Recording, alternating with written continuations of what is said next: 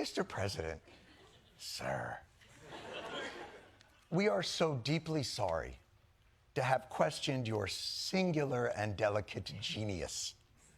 It's just that this is a kind of an adjustment for us because we've all been raised in the American system of government.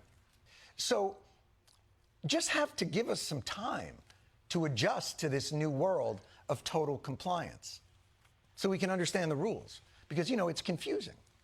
Like, for instance, we all watched the footage of January 6th, but I think we may have gotten a very different interpretation of it rather than the correct interpretation of it, which, of course, is yours.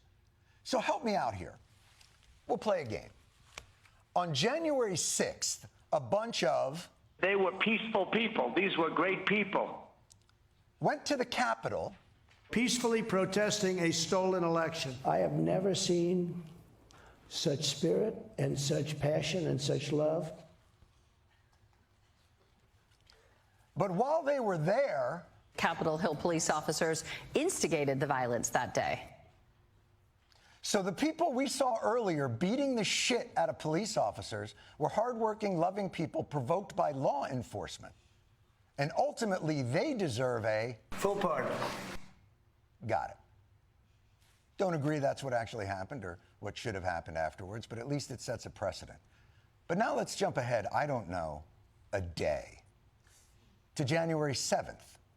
We've all seen that footage. I think I know what I saw that day, too, but let's go through it again with the correct interpretation.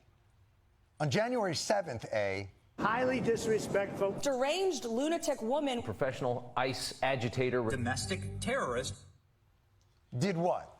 This woman used her car as a weapon. And tried to run over an ICE agent. an attempted murder. And so she was shot and killed.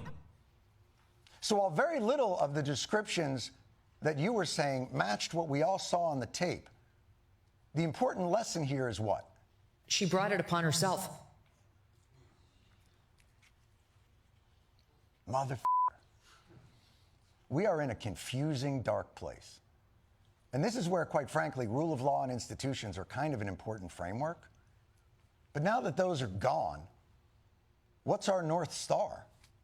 Do you see any checks on your power on the world stage? Is there anything that could stop you if you wanted to? Yeah, there's one thing, my own morality, my own mind. So nothing. But thank you, I'm no longer confused. Couldn't be more clear. In America today, Donald Trump is the sun, and if you revolve around him and worship him, his warmth shines upon you. You could shoot someone on Fifth Avenue and not lose his support, as long as it's done on his behalf.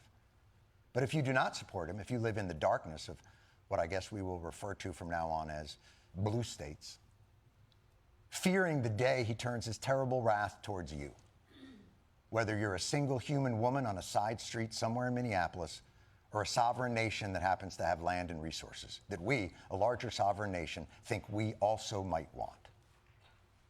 And so his people are making a bet that adhering to a principle of forced compliance and coercion will give us a more stable and prosperous America than a principle of shared alliance and common interest.